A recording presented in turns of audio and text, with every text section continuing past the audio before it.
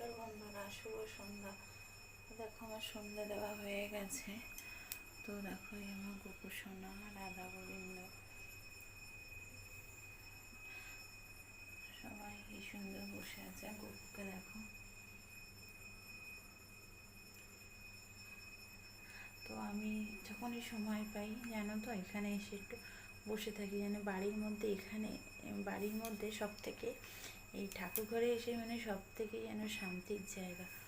তো আমি আধা ঘন্টা বলবো না, 10-15 মিনিট বসে থাকি ভগবানের সামনে। তো দেখো আমার গপু সোনাকে। তো আমার চ্যানেলটা যদি ভালো লাগে তো একটু সাবস্ক্রাইব করে দিও, কমেন্ট করো, লাইক করো।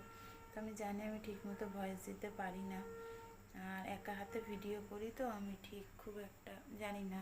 তো চলো টাটা।